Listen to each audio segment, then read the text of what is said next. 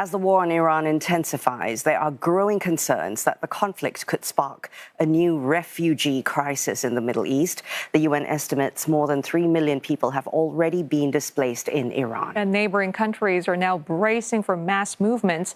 Iran borders 7 countries: Iraq, Turkiye, Armenia, Azerbaijan, Turkmenistan, Afghanistan, and Pakistan. Its longest shared border is with Iraq, stretching for almost 1,600 kilometers. Turkiye says there have been no signs of Iranians amassing at the Iran-Turkiye border seeking to flee just yet.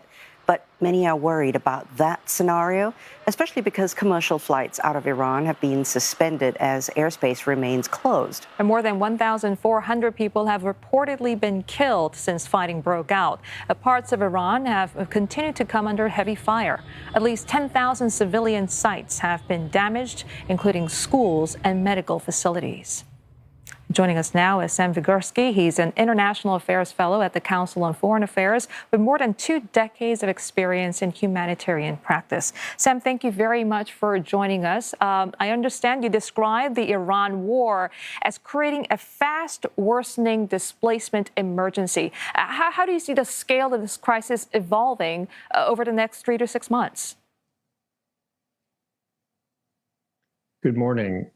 Well, the next few months are unknown at this point, but what we can speak to is what's happening at the moment. As you referenced, the displacement crisis in Iran has already moved 3 million people from their homes. They have largely reported to have gone north and to non-urban areas where they're fleeing bombs that are dropping in residential areas in Tehran and other cities. In Lebanon, the crisis is escalating almost faster because the Israeli Defense Force has launched a ground offensive into southern Lebanon.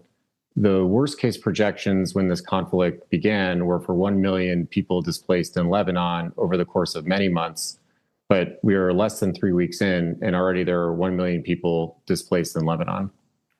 You mentioned Lebanon, but I wonder how much pressure would this sort of large-scale outflow from Iran place on neighboring countries? And if borders remain tight, what options do displaced people inside Iran realistically have? The concern is on the minds of the governments in the region, and the government we've heard most directly from is Turkey, who is already hosting one of the largest refugee populations in the world, most of them being from Syria. What we heard from the interior minister of Turkey was that they've established a 3-point plan. The first is effectively a deterrence from people coming into Turkey to meet them in Iran already and persuade them to stay. The second would be establishing a buffer zone between the 2 countries where refugees might take shelter and seek relief.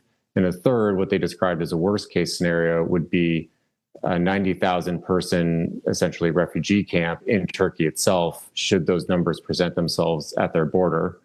With Iraq, the majority of borders are currently closed to those who are not allowed to come in for passport reasons or others. And what we're also hearing specifically is that in Iran, that the government is preventing people from leaving, which is why to date there have been no large quantities of people fleeing any of those borders that you referenced earlier. And inside the country itself, there's not a lot of information coming about where those who have fled the major urban areas are sheltering. We know in other disaster scenarios like this, when civilians are fleeing a conflict zone, what they often do is first find friends or relatives to shelter with.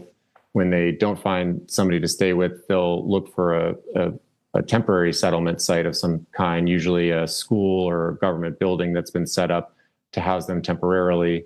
And when nothing else is available, they continue to go on the run. And that's a scenario where if there's no safety, we would start to see large outflows of the population going into other countries. Sam, let's get back to the Lebanon situation, the large-scale displacement unfolding there as well. How do these crises, Iran, Lebanon, interact across the region? And what does that mean for the overall humanitarian response? The region itself is already hosting 25 million displaced people, so they're under tremendous strain even before this new crisis began. What's complicating a lot of the response from the agencies you might expect, like the World Food Program, the UN Refugee Agency, is their budgets have been cut over the last year. The most headline-grabbing cuts came in the United States, where the Trump administration cut USAID completely and moved a lot of those programs into the State Department. Their budget is down 70% this year for humanitarian aid. But European donors have also done similar things. They've had large cuts in Germany following a peak of Ukraine. The British government has cut a lot of humanitarian funding. And it really challenges the situation on the ground to get relief to people who are currently seeking shelter, looking for tents, they're looking for medicine, they're looking for food, frankly. And it's just an additional complication. What also is making things very difficult is Dubai serving as a regional hub for supplies. For many years, humanitarian aid agencies, they based their logistics warehouses in Dubai, the World Health Organization, the World Food Program, UNICEF. And they were able to access not just the Middle East, but actually much of the world, given Dubai's proximity to 2/3 of the world's population by a 6-hour flight.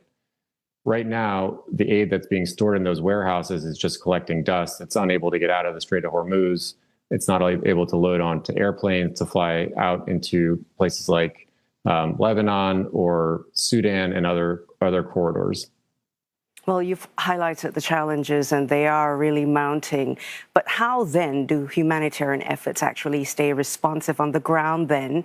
And where can other actors, perhaps the Iranian diaspora, plug into this response?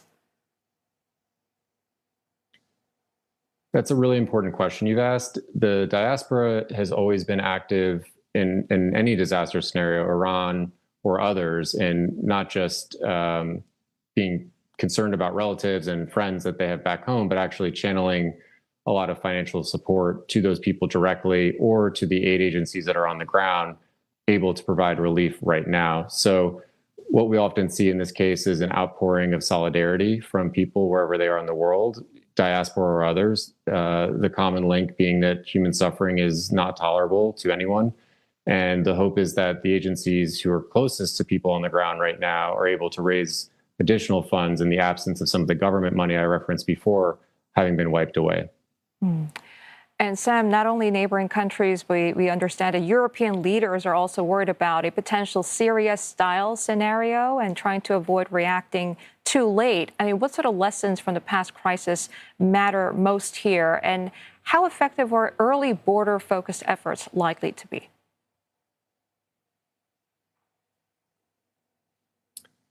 We heard German Chancellor Merz early on in this crisis describe the migration wave that could come out of Iran as being something like Syria, and that was to be avoided and to try to intervene early.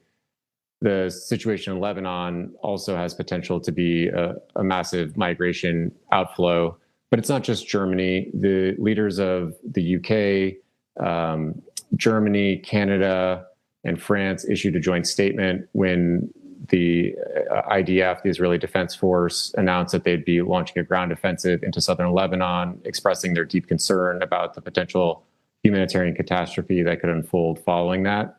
They're watching it closely, and it has domestic political ramifications for them, which they've seen in the last few election cycles following the enormous generosity that they welcomed Syrian refugees with over a decade ago, turning into a much more less tolerant domestic environment that had political consequences for their parties.